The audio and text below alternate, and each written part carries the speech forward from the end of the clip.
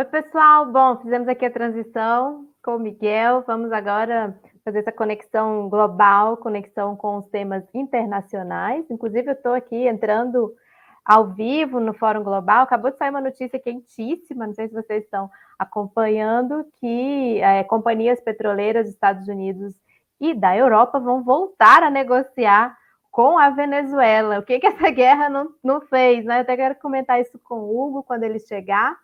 Viu, Guilherme? Quando o Hugo chegar, pode falar para ele já entrar aqui para a nossa sala, que hoje a gente vai conversar bastante sobre as últimas novidades, né, Hugo? Não sei se você deve ter visto aí também, né, essas notícias que estão rodando sobre a Venezuela. A Delcy Rodrigues acabou de fazer uma série de tweets falando que já é certo. Deixa eu até ler aqui para a nossa audiência um tweet dela que eu achei.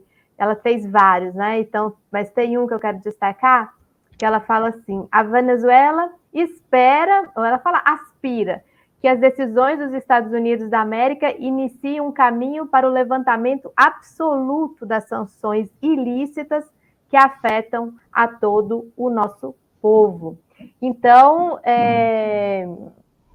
ela, quem não sabe, é uma das figuras centrais hoje no governo venezuelano. A Delcy é vice-presidente do país, junto com o presidente Maduro. Então, tem um papel bastante destacado no comando ali do governo. E vou deixar para o Hugo daqui a pouco já fazer essa primeira participação, se ele quiser dar uma opinião aí sobre isso. Era algo que a gente já vinha conversando, né? Teve até um fórum global que a gente conversou, não sei se, eu acho que o Hugo não estava com a gente, mas teve um fórum global quando começaram as conversas com a Venezuela, do governo norte-americano com a Venezuela. Isso deve ter mais ou menos um mês e pouco. E hoje, gente, nós vamos falar sobre esses quase 3 meses de guerra na Ucrânia, considerando o dia 24 de fevereiro como o dia da entrada de tropas russas em território ucraniano, mas sabendo, e eu gosto de destacar sempre, que essa guerra ela começou há 8 anos atrás, ela começou lá em 2014, e o contexto que deu possibilidade a ela começou ainda antes, né? Começou lá no começo dos anos 2000, 2004, quando houve ali o primeiro golpe, e a gente está vivendo aí hoje, o mundo está vivendo a decorrência dessa situação. Hugo, bem-vindo! Obrigado, Ana, pelo convite. É sempre bom estar aqui com todo mundo e falando aí sobre se a gente tem o desprazer de viver em tempos aí tão bizarros e catastróficos. Que bom que pelo menos a gente tem espaços como esses para tentar organizar o pensamento e mudar isso daí. Boa noite, Sônia. Estou vendo o pessoal aqui no chat. Boa noite, viu, pessoal? Vocês aqui, sobretudo quem está em São Paulo, numa terça-feira fria, uma noite fria, terça-feira, vocês estão aqui com a gente. Eu acho Tá que tem bem algum... frio, né? Eu tava em São Paulo esse final de semana, tava bem frio. Piorou. Pois é, agora eu estava falando, antes de entrar aqui, eu estava numa outra live com o pessoal de Porto Alegre, eles falando que lá tem um ciclone assustador, que está aterrorizando lá, ventos gelados Solidariedade e aos... solidariedade a eles. Bom, gente, até agradecer a nossa audiência aqui, que já está participando. O pessoal perguntou do Lucas. O Lucas, esse mês de maio não está com a gente aqui, ele está com uma licença, então a gente está pilotando. Que estou pilotando, também estou sentindo muita falta do Lucas, da nossa dobradinha. Lembrar vocês também, para que a gente sempre lembra aqui, nosso Pix está aí em cima, pix@revista Fórum, aguardamos os superchats, aguardamos os novos membros, aguardamos os apoios que são sempre tão necessários para que a gente consiga manter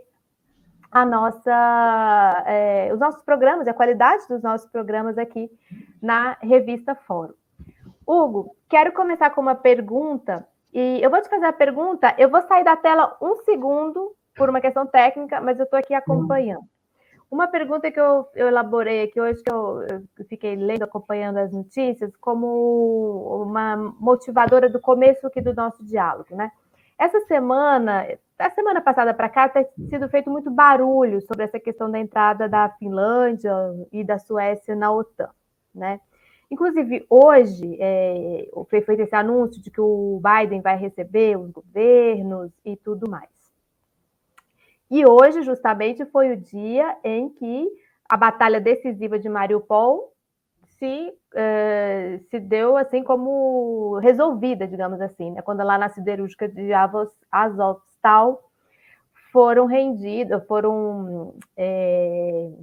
como digo, escapou a palavra, entregaram os últimos ali combatentes, né? Combatentes desse batalhão Azov, que é um dos corações aí desses grupos nazistas que ocuparam a Ucrânia no último período. Aí a pergunta que me veio à cabeça, que eu queria dividir com você. Não parece que o Ocidente está tentando ofuscar essas vitórias militares russas, colocar mais elementos para essa guerra midiática que está sendo travada? O Zelensky entrou na abertura do Festival de Cannes, de repente, de surpresa, abriram a tela, era o Zelensky falando, e ficou fazendo relação com a Segunda Guerra, o Chaplin, e não sei o quê. Não sei, a minha sensação é de que tem uma operação midiática ainda mais acentuada. E que essa questão da entrada da Finlândia, da Suécia na OTAN faz parte disso, porque, de uma certa forma, Finlândia e Suécia já não são vistos pela própria Rússia como da área de influência da OTAN, já não tem uma cooperação com a OTAN, mesmo não sendo membro da OTAN. Então, esse é um questionamento que eu queria levantar para ti, dividir contigo, para a gente começar esse diálogo. Bom, vamos lá. Eu acho que vou começar pelo contrário. Eu tenho debatido a questão do Mar Báltico, que, sim, a Suécia e a Finlândia são países dentro da área de influência americana, eram do bloco capitalista durante a Guerra Fria, mas eram países neutros. A gente precisa ver, depois eu vou até compartilhar aqui um mapa, se eu puder, Ana. É preciso ter essa visão geográfica. Finlândia e a Suécia ficaram como países militarmente neutros durante a Guerra Fria. Era uma exigência da União Soviética por conta do posicionamento geográfico deles, e porque a Terra, por incrível que pareça, é redonda. Eles não apenas se projetam a leste, mas como tem um círculo polar ártico, do norte da Finlândia e da Suécia, você chega também na Rússia, cruzando o Polo Norte. Então, a União Soviética acabou acordando isso com os Estados Unidos, esses países se tornaram neutros e eles prosperaram dessa forma, sem entrar, se mantendo capitalista, se mantendo do lado americano, mas fora do conflito, né? Com os soviéticos e depois com os russos. Isso nunca foi questionado de lado a lado. Quem questiona isso hoje são os americanos, que forçaram os governos de Finlândia e Suécia a entrarem na OTAN, porque, primeiro, não há nenhuma ameaça russa contra Finlândia e Suécia. Nunca houve, isso nunca foi discutido. Existe uma mentira de que, por conta da operação russa na Ucrânia, agora finlandeses e suecos têm motivos para se sentirem ameaçados. Isso é mentira, isso é propaganda de guerra, porque esses países não estão envolvidos naquele conflito e até o momento em que eles quiseram se colocar, não havia simplesmente questão nenhuma entre eles. Isso é importante deixar aqui. É importante deixar claro também que a primeira-ministra da Suécia, que é social-democrata, que é de centro-esquerda, ela, até bem pouco tempo, estava dizendo, bom, a Suécia não vai entrar nisso. De repente, ela muda o seu discurso e fala, não, a Suécia tem motivos fundados para entrar na OTAN. Isso foi agora, né? Tem muita gente repetindo esse discurso de bot de internet de que a Suécia se sentiu ameaçada. Não, não, não, não. No começo do conflito russo-ucraniano atual, digo, a Operação Z, que, como você colocou bem, é parte desse conflito, que, na melhor das hipóteses, começou em 2014, não agora, a Suécia não se sentia ameaçada. A Suécia muda o seu discurso. A Suécia... E agora vai ser recebida na Casa Branca, né? Tem coisa estranha. Foi recebida. Então, por que diabos... Para vocês entenderem, a Suécia se mantém neutra desde as guerras napoleônicas. Pouca gente fala aqui no Brasil. A família real sueca é uma família real que se origina de uma maneira imprópria. Eles vêm de um general Napoleão que ocupou a Suécia. E essa família real lá ficou. Eles se tornaram monarcas escandinavos, mas eles não são a família real nórdica. Então, tudo isso torna a Suécia um lugar sui generis.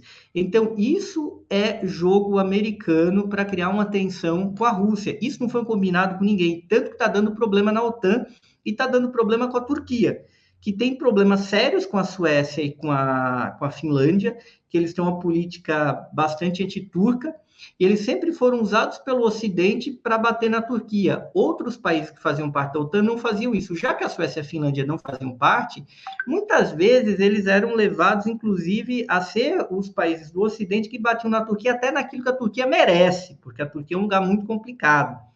Sempre que a Turquia também faz alguma coisa pró-americana, todo mundo esquece que o Erdogan é autoritário. Quando ele critica os Estados Unidos, porque o Erdogan, a Turquia está na OTAN e o Erdogan é tolerado dentro da OTAN, quando ele toma alguma medida mais em cima do muro, mais pró-Rússia, para equilibrar um pouco o jogo, a imprensa americana começa a descer o reio nele. Então, tudo isso é propaganda. E as pessoas repetem. Ah, mas Hugo, o que muda? Eu discordo de analistas que dizem que isso não muda nada. Muda, porque não é uma questão de terra, não é uma questão exatamente de fornecimento de arma padrão militar, é uma questão naval, é uma questão de marinha de guerra, porque porque a Suécia e a Finlândia estão no norte do Mar Báltico. E a partir daí, isso pode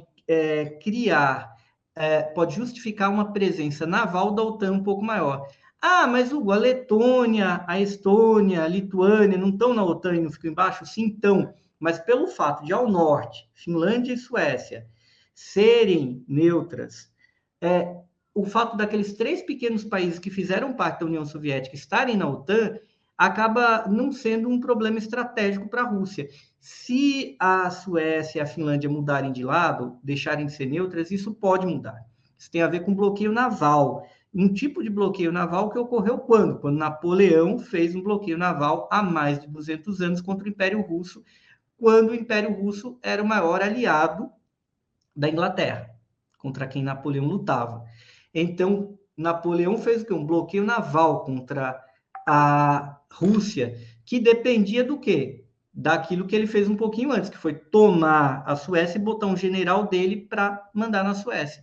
Então, é essa questão estratégica que está por trás da Suécia e da Finlândia, muito apressadamente serem convidadas a integrar a OTAN e toparem, colocarem isso como urgência urgentíssima, sendo que até bem pouco tempo elas não falavam nada contra.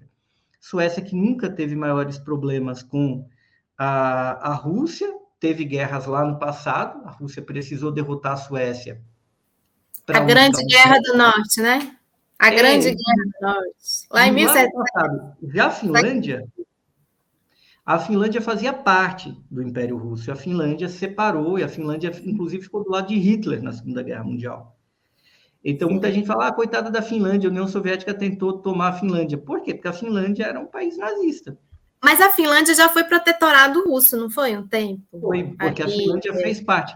Ana, eu podia compartilhar aqui um mapinha... Isso, falar, pode. Manda pra gente, manda pro Guilherme, você tem o zap dele? Ou você mesmo compartilha aqui? Pode você mesmo compartilhar. Eu acho que é importante para... Deixa eu ver aqui. É importante ver essa região. Você sabe que eu gosto muito de estudar sobre a Rússia, o czarismo, né? Eu li um livro sobre o Pedro Grande, que me deu uma noção sobre essa Guerra do Norte, inclusive a construção de São Petersburgo nessa região ali muito próxima, a partir do enfrentamento, inclusive, ao Império Sueco, né? Pelo o Pedro Grande, que foi... Dizem que antes de Pedro Grande, a Rússia não tinha um barquinho, né? Ele desenvolveu a Marinha. Ele desenvolveu a Marinha. Estão conseguindo ver?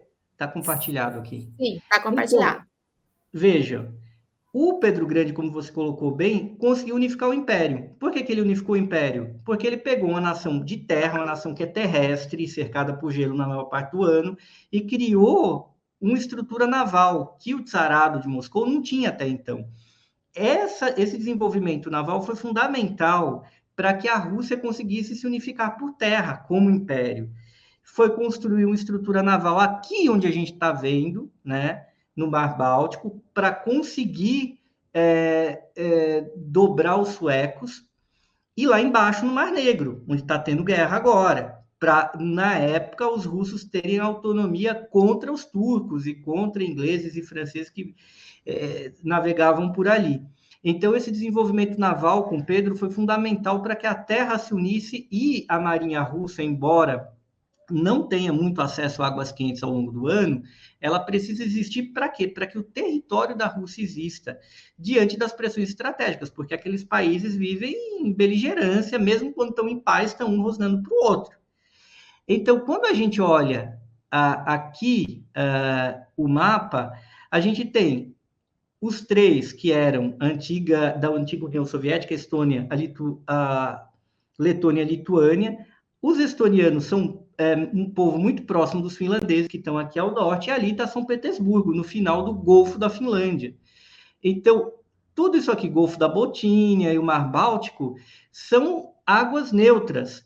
Ah, mas esses 3 países bálticos aqui fazem parte da OTAN? Fazem parte da OTAN. Mas pelo fato dos países um pouco maiores ao norte não fazerem parte da OTAN, essas águas se tornam de hegemonia russa. Se de repente Suécia e Finlândia entram, essa coisa vai mudar. E a Polônia está logo aqui. Aqui a gente tem essa região de Kaliningrado que continua a pertencer à Rússia, embora ela não esteja conectada ao território da Federação Russa, mas é a região mais militarizada na Europa, que inclusive equilibra estrategicamente o fato de Lituânia, Letônia e Estônia fazerem parte da OTAN. Quer dizer, do ponto de vista naval, essa mudança, esse fim dessa neutralidade sueco-finlandesa, que não tem necessidade nenhuma de acontecer, ela serve a esse propósito de mudar esse equilíbrio de forças marítimo para ameaçar a Rússia. E porque aqui debaixo do Mar Báltico passa esse bendito gasoduto, que foi motivo todo dessa briga, porque o Biden não aceitava, como o próprio Trump não aceitava, que a Rússia fizesse um gasoduto direto, que saísse aqui da Rússia e fosse até a Alemanha, que está aqui embaixo, por um caminho marítimo, quer dizer, por debaixo desse Mar Báltico aqui, que o gasoduto chegava da Rússia, passando pelo Golfo da Finlândia, Mar Báltico, chegando aqui na Alemanha, sem precisar passar em nenhum território da OTAN, ou de países da OTAN, como a Polônia, que fazem um jogo duplo dentro da OTAN e dentro da própria União Europeia de contenção da Alemanha e da Rússia, porque fica bem no meio das duas. Então, esse truque que os russos usaram para contornar a OTAN e ter um comércio de gás direto com a Alemanha, que faz parte da OTAN, mas tem seus interesses próprios, é para isso que o Biden criou todo esse conflito. E é por essa razão que ele está colocando a Finlândia e a Suécia, sendo que elas não tinham necessidade nenhuma. Esses países são ricos, prosperaram fora da OTAN, a Rússia sempre respeitou essa neutralidade e agora tem gente acreditando que... eu vou tirar aqui do compartilhamento, tem gente acreditando que é para defender a Finlândia e a Suécia. Isso não existe, isso é uma farsa. E esses governos de centro-esquerda, encabeçados por mulheres, o que é um fato bacana, eles topam entrar nessa aventura e os turcos estão batendo nisso, seja para se vingar dos suecos e dos finlandeses, seja porque não interessa a Turquia, apesar de todos os problemas do regime do Erdogan e todos os problemas da Turquia com seus vizinhos, não interessa aos turcos que esse conflito saia do controle. Porque se sair do controle, em um dado momento, a Turquia vai ter que tomar lado.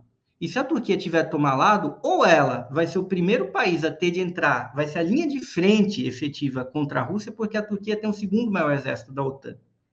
Então, os turcos ou vão ter de ficar do lado da Rússia ou contra a Rússia. E nada disso é bom. E nada disso é bom para a estratégia do Erdogan, que é ser, de certa forma, uma figura ali em cima do muro entre russos e americanos. Ele quer ser o mediador, né? Ele tentou, inclusive, ser o mediador da guerra, né? Ali, de buscar uma saída dialogada, né?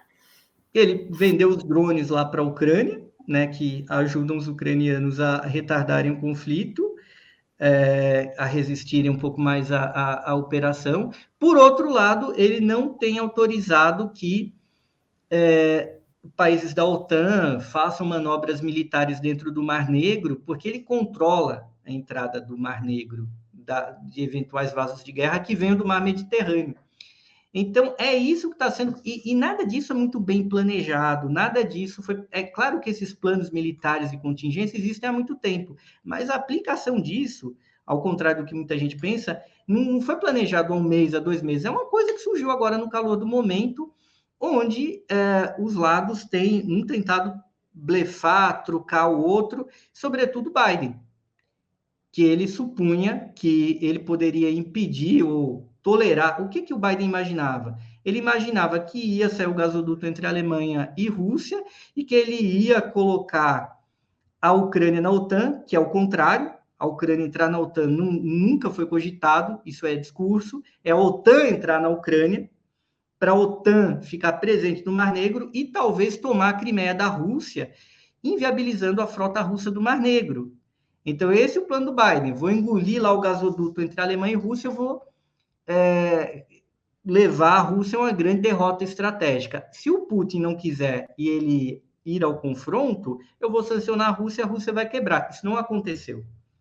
O Biden ele foi surpreendido, por um lado, pela resiliência da economia russa e pelas medidas que o Putin conseguiu tomar. E que o Putin não perdeu popularidade da noite para o dia. Os russos podem até estar bravos com o Putin, mas eles não vão largar o Putin no momento que a nação russa é ameaçada. E o Biden... Agora, essa questão econômica também pelas conexões já com China, essa coisa asiática, né? Muita coisa ali também funcionou, não? Ou não? Porque a China avançou nos últimos anos, mas porque existe uma troca entre o gás russo e o dinheiro europeu, mas que a Europa não muda da noite para o dia. A Europa pode até comprar gás e petróleo de outros lugares, mas vai ser muito mais caro, muito mais complicado do ponto de vista da logística. E se a Rússia bater o pé para receber o gás enquanto ela for fornecedora da Europa com rublos, ela vai conseguir. Não à toa que a moeda russa agora está mais valorizada do que antes da guerra.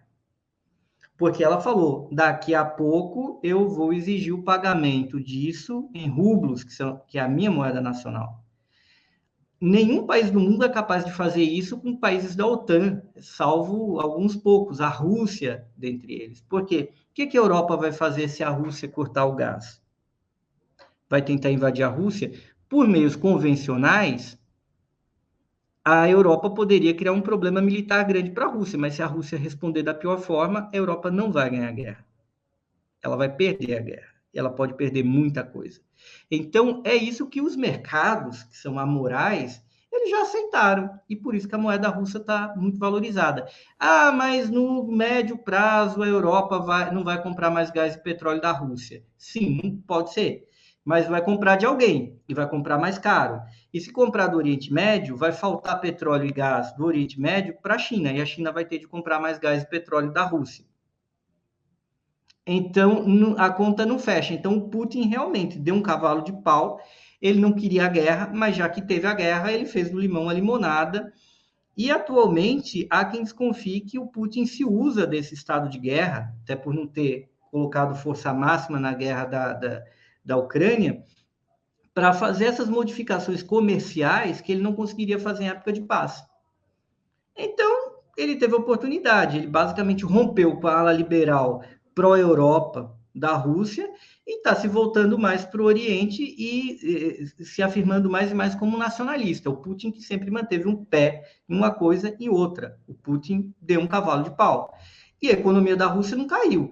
A Ucrânia talvez tenha tido uma capacidade de reação maior? Talvez. Diante de 10%, no máximo 15% do potencial militar russo. Mas teve por conta da entrada de armas da OTAN, o que confirma as teses de que a Ucrânia estava mais armada do que se supunha. E que ela ainda mais do que já se imaginava, né? E ela poderia, se ela dar o primeiro tiro, retomar a Crimeia, mesmo que a população da Crimeia tenha decidido democraticamente não fazer parte da Ucrânia. Então, o armamento da Ucrânia confirma a tese contrária. A pessoa pode dizer que é terrível como desastre humanitário a guerra. Sempre é. Porém, do ponto de vista estratégico, uma parte da alegação russa está confirmada. A Ucrânia estava muito bem armada e se ela tivesse dado o primeiro tiro, ela poderia ter atacado com sucesso regiões de maioria russa ou favoráveis à Rússia, como o leste da Ucrânia e como a Crimeia, o leste da Ucrânia, regiões de Donetsk e Lugansk, que estão sendo atacadas pelo governo central há 8 anos e o mundo não ligou.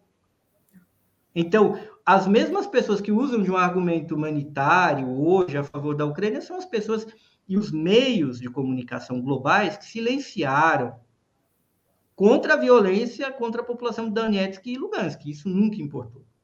Agora que a Rússia ataca... Então, quer dizer, as pessoas têm que se decidir se elas são humanistas, né, o tempo todo ou só quando elas convêm.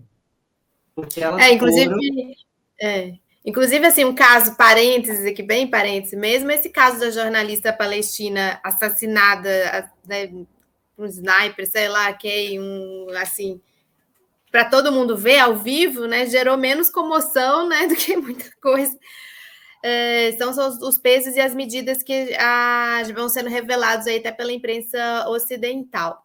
Eu queria, então, Hugo, te perguntar o seguinte, vamos olhar agora, então, para dentro da Ucrânia. A operação militar mesmo dentro da Ucrânia. Então, hoje a gente teve esse episódio, foi massivamente televisionado, e aí eu acho engraçado são as narrativas, né? A narrativa ucraniana, ela é muito curiosa sobre o que aconteceu hoje, né? O desfecho do enfrentamento ali na siderúrgica, no complexo industrial de Azovstal. Como que você vê, que momento que está militarmente a Rússia dentro da Ucrânia? E te fazer uma pergunta, junto com isso, de algo que a gente discutiu aqui na última vez que você veio aqui, que, se eu não me engano, foi final de março, começo de abril, final de março.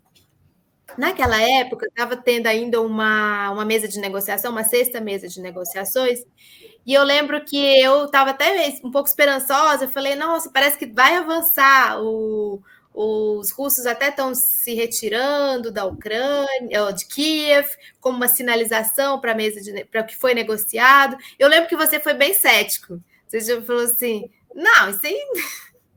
Nem pensa nisso aí, que isso aí não vai andar, né? Essa questão da negociação. E realmente não andou.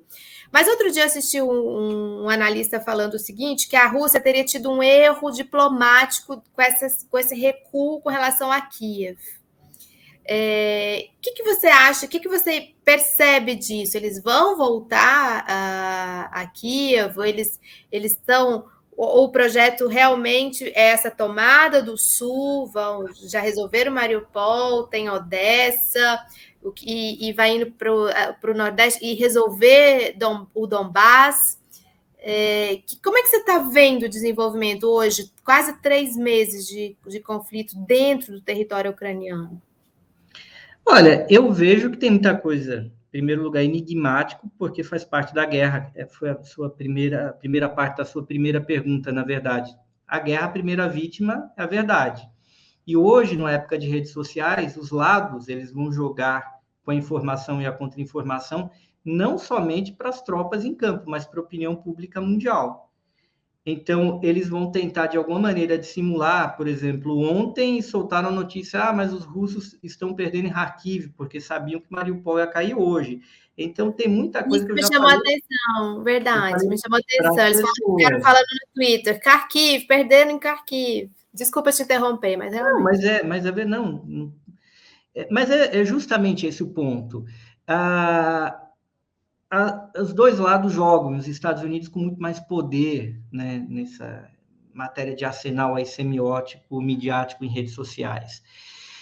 E a Rússia trabalha com isso também, porque o fato dos Estados Unidos terem mais voz nas redes sociais, na opinião pública mundial, também pode ser usado para induzir eles ao erro, já que eles vão falar sempre. Então, é uma batalha, é uma guerra de novo tipo, que não só no campo de batalha, com o uso de drones ultramodernos e um armamento moderno, como também uma guerra nas redes sociais. Porém, do ponto de vista militar, os russos estão queimando muito armamento velho, estão procurando conhecer muito armamento novo da OTAN, que está sendo usado lá, e estão testando um único tipo de armamento moderno, que são os mísseis.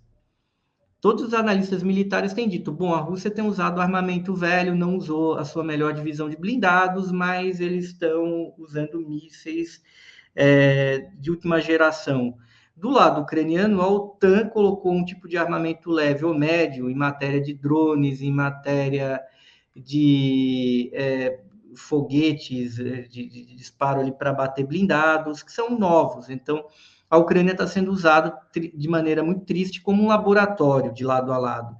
Só que a Rússia não finaliza o combate, não é porque não pode, é porque não quer. Ela não está usando todo o seu potencial militar.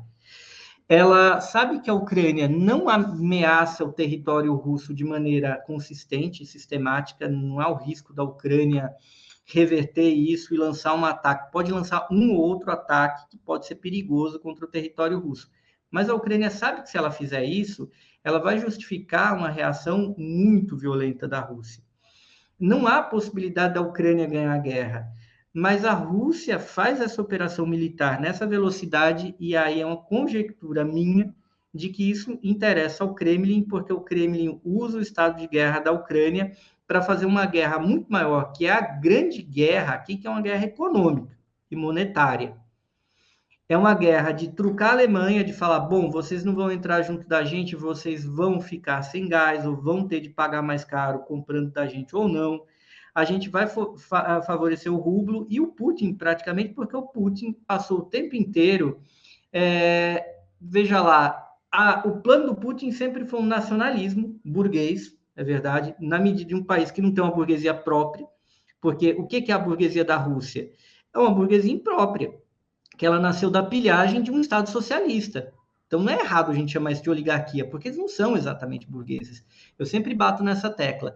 E por mais que o Putin tenha esse idealismo nacional, ele nunca conseguiu realizar isso em si, porque os oligarcas sempre tiveram interesse em negociar com a Europa, porque eles querem estacionar os seus iates em Mônaco, em Ibiza. Eles não querem saber do Oriente, eles não querem saber do Sul Global. Então, a Rússia, mesmo com o Putin e o seu projeto nacional, ela sempre foi um lugar ambíguo. E o Putin tentou jogar de um lado ou de outro.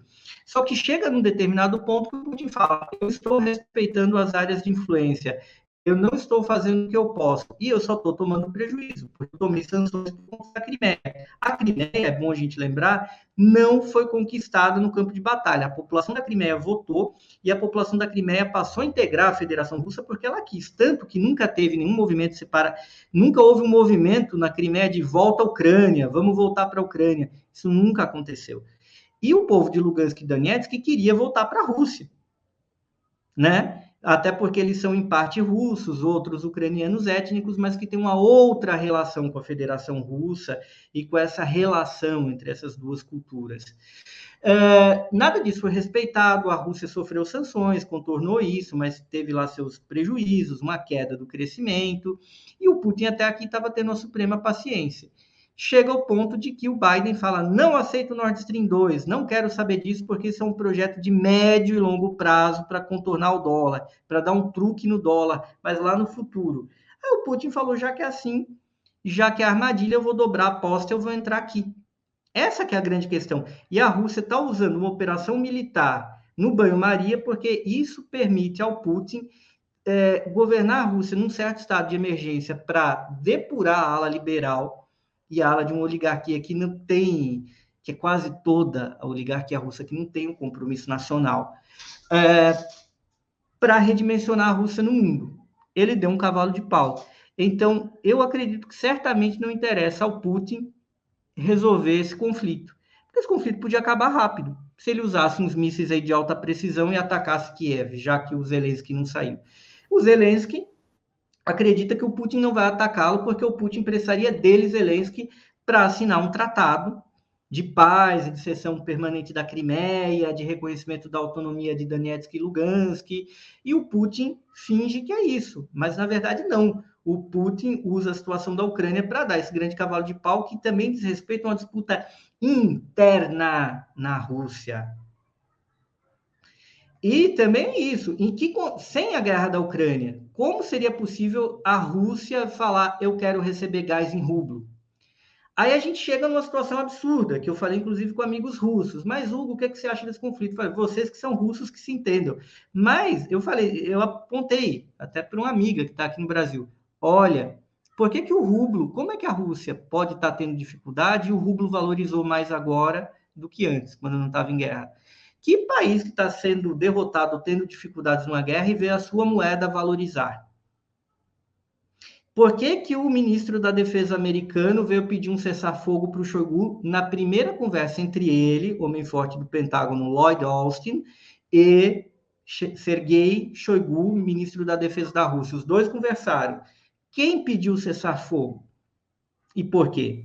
Porque tem um efeito... E são fatos objetivos. A gente só faz ciência da guerra tentando furar a ideologia propaganda. Eles pediram. Por que eles pediram? Porque tem um bumerangue inflacionário nos Estados Unidos, que o Biden vai ser obrigado a subir mais e mais os juros.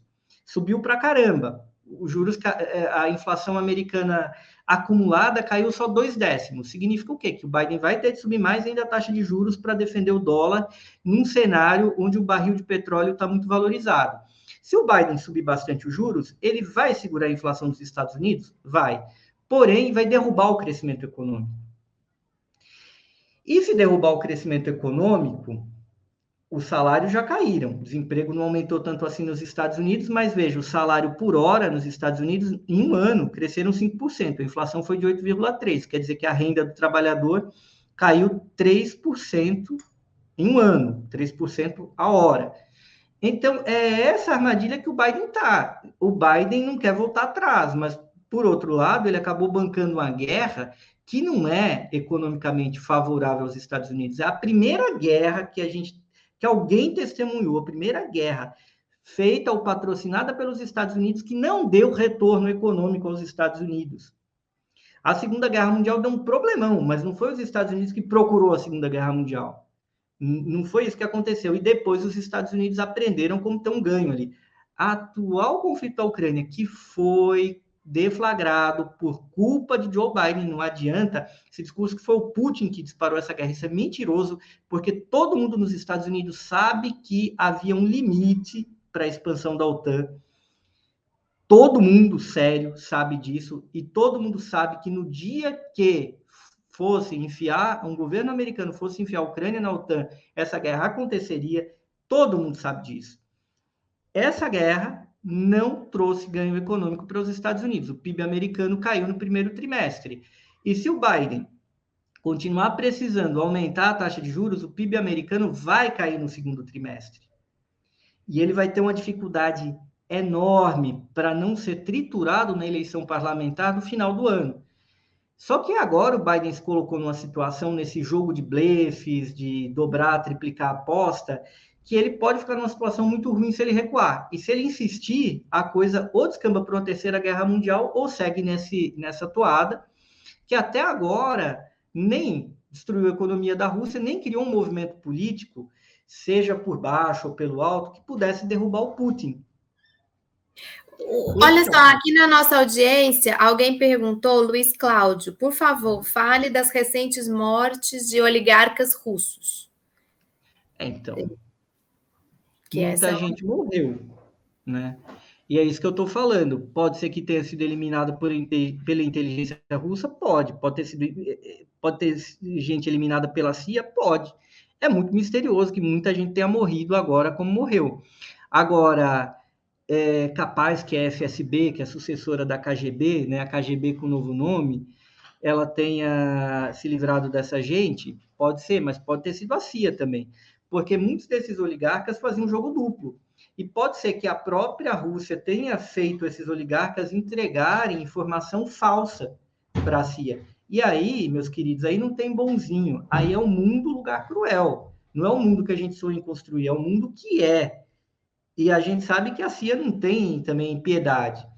Qualquer coisa pode ter acontecido com esses caras. O problema é que esses oligarcas russos são essas figuras. Eles são ex ou descendentes de administradores de empresas soviéticas que participaram do movimento de destruição do socialismo na União Soviética. E eles se tornaram bilionários em dólar da noite para o dia dessa forma. essa gente não é uma burguesia propriamente dita, que tem o seu espaço político bem assentado, suas relações. Eles são pessoas muito ricas, mas que têm uma relação econômica que decorre da sua relação política. E relação política com o Estado russo, sim, mas também com as potências ocidentais. Existem muitos oligarcas, por exemplo, que estão lá em Londres. Alguns deles fazem um jogo mais até para a Inglaterra do que para a Rússia, né? Boa parte dos oligarcas da Ucrânia, porque a Ucrânia tem menos oligarcas, mas tem também, antes da guerra a Ucrânia tinha 7 bilionários em dólar, alguns deles moram em Londres. Alguns deles são patrocinadores do Zelensky. E aí eles trabalham para quem? Quer dizer, essa guerra veio da Ucrânia, até que ponto tem um interesse particular ucraniano e até que ponto não é um interesse particular de grupos oligárquicos que, na verdade, têm uma lealdade em último grau à coroa britânica. E até que ponto a própria inteligência britânica não está envolvida nessas mortes, que eu concordo, são suspeitas. Pode ser que 1, 2 caras aí tenham tido um piripaque do nada, mas pode ter tido gente assassinada. O fato é que é muito difícil a gente saber. Talvez no futuro a gente saiba o que aconteceu. Eu vi várias pessoas questionando sobre isso, acompanhando as notícias sobre a Ucrânia e a Rússia, essas mortes misteriosas aí desses oligarcas russos. Deixa eu te perguntar uma outra questão. Naquela região, resolvido voltar àquela minha pergunta mais de militar mesmo, de operação militar, como que você está enxergando? Como é que vai ser? Você acha que a Rússia vai tentar o mesmo que fez em Mariupol, em Odessa? Vai fechar esse circuito? Como é que você está vendo a operação militar hoje? Resolvido, entre aspas, essa questão de Mariupol? Eu acredito que eles vão avançar para a dessa, vão tentar tomar.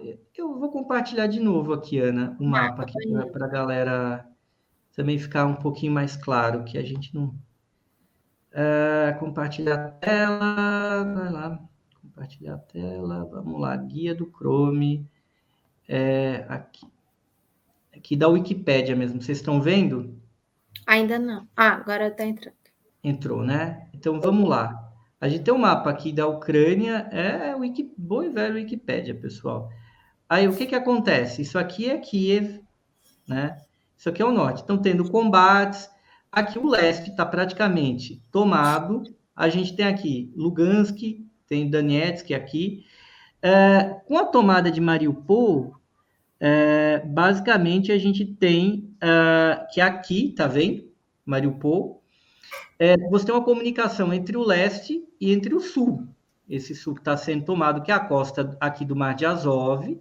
Aqui fica a Crimeia, estratégica, porque ela fica... a parte nordeste da Crimeia dá para o Mar de Azov. Aqui tem o Estreito de Kerch, aqui é o Mar Negro. Então, a Rússia ela lança uma operação para garantir a hegemonia do quê? Do Mar de Azov e Mar Negro. Ela quer o sul e ela vai tentar resolver o conflito aqui em Odessa para dominar toda a costa ucraniana para o Mar Negro. Essa parte sudoeste que meio que sobra da Ucrânia, ela está próxima da Moldávia e de uma região que é a Transnistria, que é uma parte da Moldávia, que por sua vez é na prática a Romênia, uma parte da Romênia que ficou para a Rússia, que os russos têm controle. Essa parte aqui, leste, que faz divisa com a Ucrânia. Com isso, a Rússia pretende manter o controle sobre o quê? O Mar Negro. Então, muito provavelmente, o conflito segue para Odessa, com alguns conflitos acontecendo em torno de Kiev, e se Kiev vai ser tomada ou não, se vai ser cercada, se vai ser bombardeada, isso não está colocado no primeiro momento. A operação russa caminha para aí, e vai caminhar nessa velocidade, vai caminhar com essas armas mesmo, não vai ter um emprego da aviação de guerra como as pessoas imaginavam no primeiro momento. Isso vai ser colocado desse modo, a menos que os Estados Unidos criem uma escaramuça militar via Finlândia e Suécia e desdobrem o conflito, que muita gente já colocou que não quer. A Turquia, mas muita gente por meio da Turquia, porque muitos países europeus não querem que esse conflito continue. Os países europeus não começaram esse conflito, mas eles são obrigados a concordar com o que os Estados Unidos fazem, o que marca um aumento da hegemonia americana na Europa. E do ponto de vista político, semiótico, não faz muito sentido do ponto de vista econômico estratégico.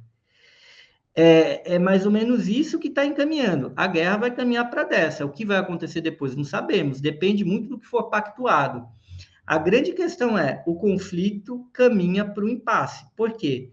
Biden não tem como continuar no conflito e não tem como sair do conflito. Isso pode ser um erro estratégico da Rússia, porque você não deixa o seu adversário sem saída. E hoje o Biden não tem saída, senão apertar o freio, apertar o acelerador. Esse é a grande questão maior estratégica. Biden não tem como sair do conflito sem se lascar politicamente na sua imagem dentro dos Estados Unidos. Mas se o Biden pisar no acelerador, isso tem dois caminhos. Ou uma tragédia ou uma tragédia. Não tem outra história. Se os Estados Unidos insistirem, vão fazer o quê? Vão entrar diretamente no conflito? Vão queimar países importantes? Vão usar a Europa como bucha de canhão? Aí alguém vai ter de chamar os dois ao bom senso, talvez a China. A China tentou fazer esse papel. Talvez o Brasil possa fazer esse papel se tiver um governo, se a gente voltar a ter um governo aqui. A gente não sabe exatamente. O Brasil poderia ter um papel importante nisso, mas o Biden não se mostra sensibilizado a ouvir nenhuma voz que medie. O Biden se coloca em estado de guerra. Quem não está a favor dele está contra. Mais que o Bush em qualquer momento, mais que o Trump em qualquer momento. Então, o que vai acontecer aí também? A gente tem uma situação que quem se desgastar primeiro vai perder. Então, muito provavelmente, essa guerra vai acabar como? Ou vai acabar como uma terceira guerra mundial, ou se o Putin tomar um golpe, se tiver um movimento popular e derrubar o Putin, ou se tiver uma derrota do Biden. O que está mais próximo de acontecer é uma derrota do Biden. Por exemplo, chegar no final do ano, ele perder a maioria no Congresso. Aí, a depender da derrota dele, ele pode não ter sequer uma minoria que lhe garanta a defesa em um caso de uma denúncia falsa de impeachment. E os republicanos adorariam impeachment ao Biden, porque foi o que os democratas fizeram contra o Trump. Com o Trump, né? Numa situação que envolvia a Ucrânia. Vamos relembrar aqui, porque a gente tem um problema de desmemória no Brasil, né? A gente tem Por que o Trump foi impeachmentado? Porque o filho dele fazia lobby, o Hunter Biden fazia lobby até agora há pouco na Ucrânia. A Ucrânia, né? O Trump descobriu, ele negociou com o Zelensky pediu armas naquele momento para ele. O Trump falou, ok, eu te mando, mas você entrega o filho do Biden. E de alguém ficou sabendo, talvez o Zelensky tenha contado. E aí os democratas falaram, olha lá, o presidente americano fazendo uma coisa totalmente ilegal. Sim, é verdade, o que o Trump fez justificaria um impeachment. Mas o que o filho do Biden fazia lá também justificava uma investigação, que muito provavelmente queimaria o filho do Biden, destruiria a imagem dele, Joe Biden, se é que isso não chegaria nele, Joe Biden. Isso foi a celeuma do impeachment. Do Trump foi aprovado na Câmara, porém foi barrado no Senado. Sim. Mesma coisa aqui do Brasil. Por que o Trump não caiu? Porque teve maioria, né? Um lado queria derrubar, outro queria defender. O Trump não tinha maioria na Câmara, mas tinha maioria no Senado. O Trump sobreviveu. Então, veja, essa disputa, Estados Unidos e Rússia, também é uma disputa dentro dos Estados Unidos, entre frações da elite americana que estão divididas e brigando, né? Frações da elite da classe dominante que se espelham nos dois partidos que dividem a classe dirigente, que estão polarizados. Na Rússia tem muito mais uma disputa entre a classe dirigente unida em torno do Putin contra grande parte da classe dominante. Esse é o conflito da Rússia, que por hora tem dado um resultado que não aconteceria em nenhuma parte do mundo capitalista, que é a classe dirigente prevalecer sobre a classe dominante. Por quê? Porque a classe dominante russa não é uma burguesia. Ela não é russa, digamos assim, ou ela tem vínculos muito fortes com o mundo exterior. Eu ouvi também um comentário interessante de que o Putin não está tendo tanta pressão popular porque não está tendo tanto impacto na vida das pessoas na Rússia, até por uma política de substituição de importações que a Rússia tem feito no último período, então que as pessoas estão conseguindo comprar as coisas, vender as coisas, viver. Não sei, você tem até contato com os seus amigos russos que você falou. Você também percebe isso? Que em outra situação pode ser que o Putin tivesse tendo uma pressão da população para pôr fim à guerra, que não existe hoje? Olha, tem uma crítica ao Putin, todo mundo concorda que a popularidade dele aumentou. Isso não é mentira, né? A própria Folha deu isso na manchete. Tem um setor da Rússia que está mais contra ainda o Putin, mas o setor que se opõe a ele não é muito diferente digamos, da classe média meio tucana brasileira que não elege. Do mesmo jeito que a gente tem um setor de classe média urbana que não gosta do Bolsonaro e do Lula e quer uma terceira via. Quantos votos tem a terceira via, Ana? Então, tem essa turma da terceira via em São Petersburgo e Moscou também, mas eles não têm um candidato, eles não têm expressão eleitoral, eles não têm um partido. Não é só porque o Putin tem um regime. Claro que o Putin não é santo e o Putin joga pesado contra a oposição, mas ele joga pesado contra uma oposição que não existe, que não tem popularidade, ninguém tem poder mágico. É mais difícil. Não tem viabilidade, né? Ela não tem viabilidade de se colocar nesse lugar, né? Você tem uma classe média, digamos, aquilo que não gosto tanto dele, o Jorge Agamben, mas o Agamben, ele tem uma expressão boa que é a pequena burguesia global, que é essa classe média que tem aqui no Brasil, tem lá também. Mas só que tanto na Rússia quanto no Brasil, esse setor é marginal hoje, para o horror do Partido Democrata Americano, que é a personificação do ideário desse setor global e que é, ao mesmo tempo, também impulsionador, também tem como base de apoio essa pequena burguesia global, porque não é só de americanos que vive o Partido Democrata. Na Rússia, eles não... Deixa eu só fazer alguns comentários aqui com relação à nossa audiência, rapidinho.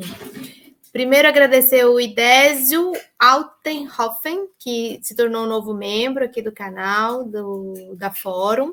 Bem-vindo, obrigada. E também, depois, Hugo, se você puder comentar, uma pergunta de um dos nossos participantes aqui do chat, como funciona a questão militar na Alemanha, se a Alemanha teria um exército nacional. A Alemanha tem um exército nacional. O que a Alemanha não tem é uma política estratégica. Veja, ela faz parte da OTAN, mas ela não tem autonomia estratégica. Ela não tem uma política de defesa nacional. Ela até tem militares que se pronunciam contra essa loucura. Mas a Alemanha, que a gente fala, a Alemanha atual, República Federal Alemã, é a Alemanha Ocidental, que é um estado que foi construído pelos países ocidentais, porque lembremos, a Alemanha Ocidental era a área de ocupação americana, francesa e britânica, pós-Segunda Guerra Mundial. Eram 10 estados dos 16 que compõem a atual Alemanha. E ela englobou o que era a antiga Alemanha Oriental, que era a Alemanha Soviética, porque foi a área da Alemanha que ficou sob controle soviético. E teve uma parte ali do território alemão que foi perdido e foi entregue para a Polônia. Não virou a Alemanha Oriental. Dito isso daí, a Alemanha tem um exército, vai investir, inclusive, mas vai investir para quê? Para fazer o quê exatamente?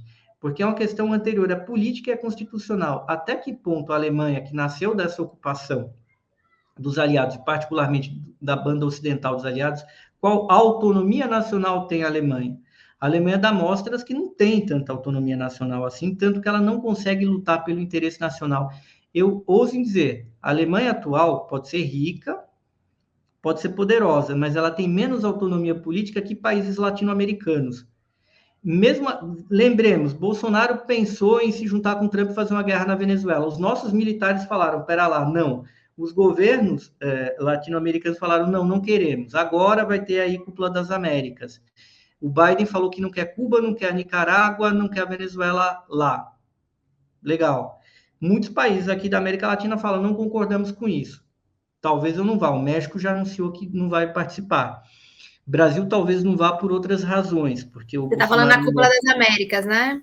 Então, a América Latina, por mais pobre que seja, até dependente, ela tem mais autonomia nacional do que a Alemanha.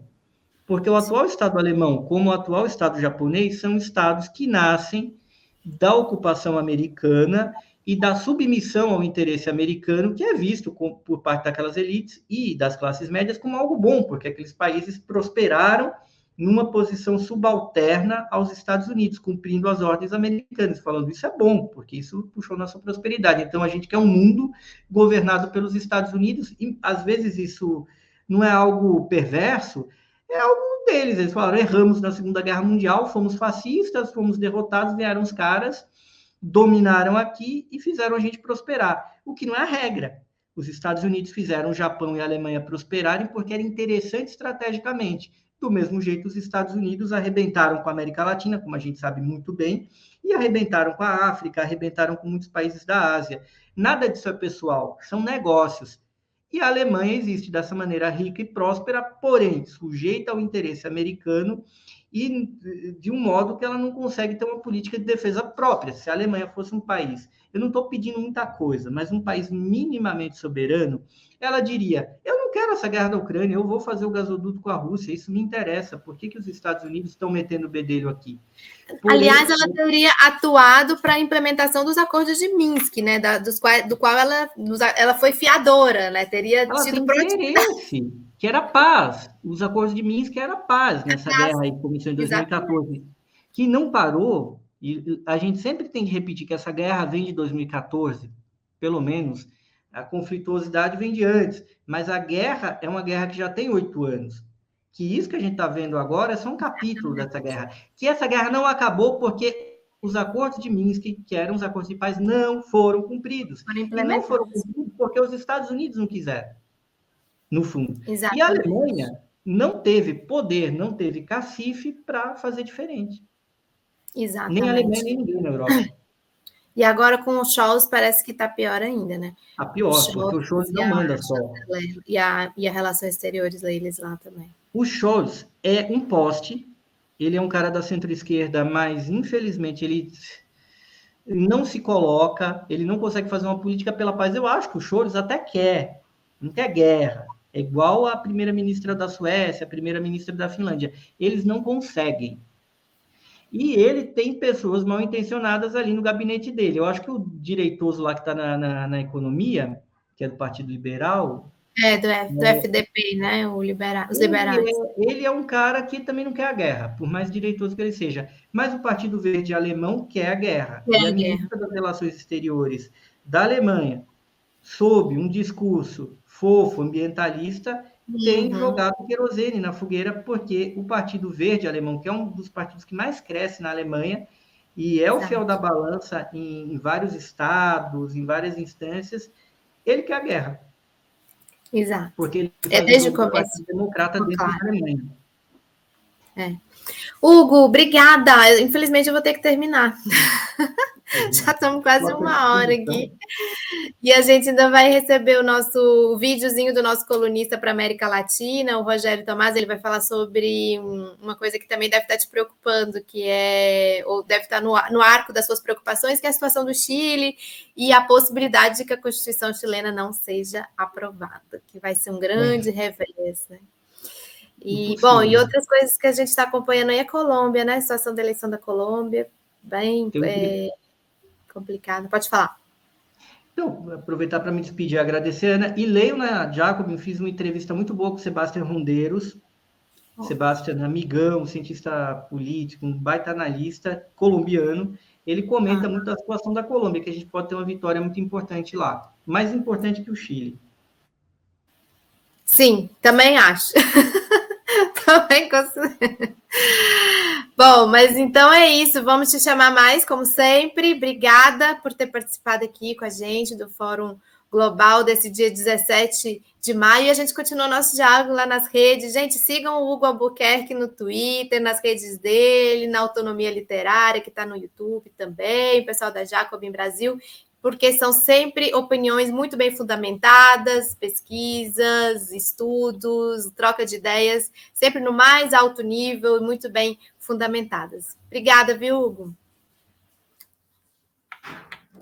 Gente, eu vou pedir ao Guilherme para subir aqui um videozinho que o nosso colunista Rogério Tomás fez sobre a situação no Chile. Nós temos o vídeo, Guilherme? Olá, pessoal do Fórum Global, voltando a aparecer aqui depois de um longo inverno, agora já no Brasil, não mais correspondente da Argentina ou do Chile, estou agora de novo em Brasília e vou falar do Chile. O Chile que dessa semana, no sábado, na verdade, no final da semana passada, apresentou o texto final do seu rascunho ou anteprojeto, não sei se dá para chamar bem de anteprojeto, da Constituição, e eles vão ter agora, na fase final, que sistematizar esse texto, que deve ser entregue até o dia 5 ou 6 de julho, me fala exatamente a data agora, e depois esse texto vai ser submetido a referendo que vai acontecer no dia 4 de setembro. Esse texto que foi apresentado no sábado, foi finalizado no sábado e apresentado oficialmente na segunda-feira, ele tem muitas novidades, não dá para falar de todas elas aqui, e eu fiz até uma colinha para poder listar algumas das novidades, alguns dos direitos que foram consagrados por esse texto, que é o rascunho, obviamente vai ser sistematizado, ainda vai ter votação, alguma coisa pode sair, mas em linhas gerais existe maioria para garantir a aprovação praticamente total desse rascunho, desse anteprojeto. E eu vou listar aqui algumas das grandes novidades, os principais destaques do texto. Tem, por exemplo, a democracia paritária, 50% no mínimo de mulheres vão compor todos os órgãos do poder público chileno, inclusive direções das empresas públicas e estatais. Além disso, vai ter o voto agora volta a ser obrigatório, só é facultativo para jovens entre 16 e 18 anos, a partir de 18 é voto obrigatório. Vai ter o fim do Senado, que vai ser substituído por uma Câmara de Regiões, que ainda não está claro exatamente, mas o Senado, que normalmente, e no Chile também é uma velha casa de coronéis da política, vai acabar no Chile. E ainda vão ser criadas vagas no Congresso, né, na Câmara de Deputados para os povos indígenas, cativas para eles, com eleições feitas por eles mesmos, enfim. Vai ter a desmilitarização das polícias, ou seja, os carabineiros, da forma como existem hoje, vão acabar. Vai ter o reconhecimento das famílias baseadas não apenas nas relações consanguíneas e de filiação, ou seja, as famílias amplas, um conceito que é muito caro para a extrema-direita no mundo todo, para os conservadores. Vai ter os direitos da natureza, vai ter o direito ao aborto, está previsto a interrupção voluntária do embaraço, vai ter um texto muito bom sobre liberdade sindical, o direito à comunicação e a autodeterminação das informações e dos dados pessoais, o direito à saúde, um capítulo muito bom do direito à saúde, muito parecido com os princípios do SUS. Eles vão construir um sistema de saúde integrado, universal. Educação vai ser gratuita até o nível superior, o que já é quase uma revolução no Chile, quem conhece. Então tem muita coisa que vai acontecer. Saiu recentemente uma pesquisa dizendo que a maioria da população, seria hoje mais ou menos 48% a 35%, estaria disposta a votar pela rejeição da Constituição. Eu, particularmente, não acredito nessa possibilidade, ainda que esse número, enfim, está aí feito, a pesquisa. Eu acredito que a insatisfação que existe no Chile no atual momento se dá por conta da expectativa muito alta que a população tem desde 2019, com a mudança forte no sistema político constitucional do Chile, mas acredito que eles vão sim conseguir aprovar no dia 4 de setembro a nova Constituição. Mas tem muito chão ainda e vamos seguir acompanhando. Um grande abraço e até a próxima semana, gente.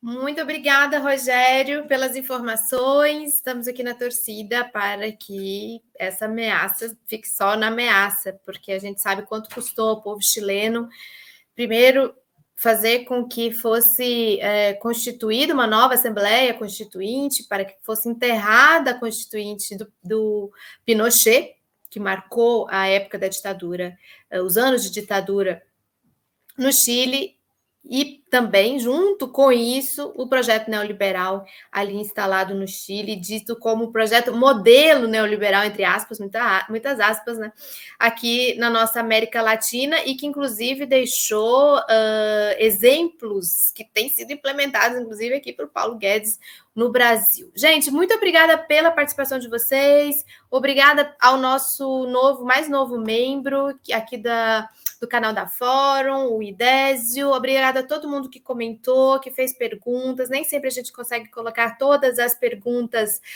no ar, por conta, para também não quebrar o argumento, não quebrar o raciocínio dos nossos entrevistados.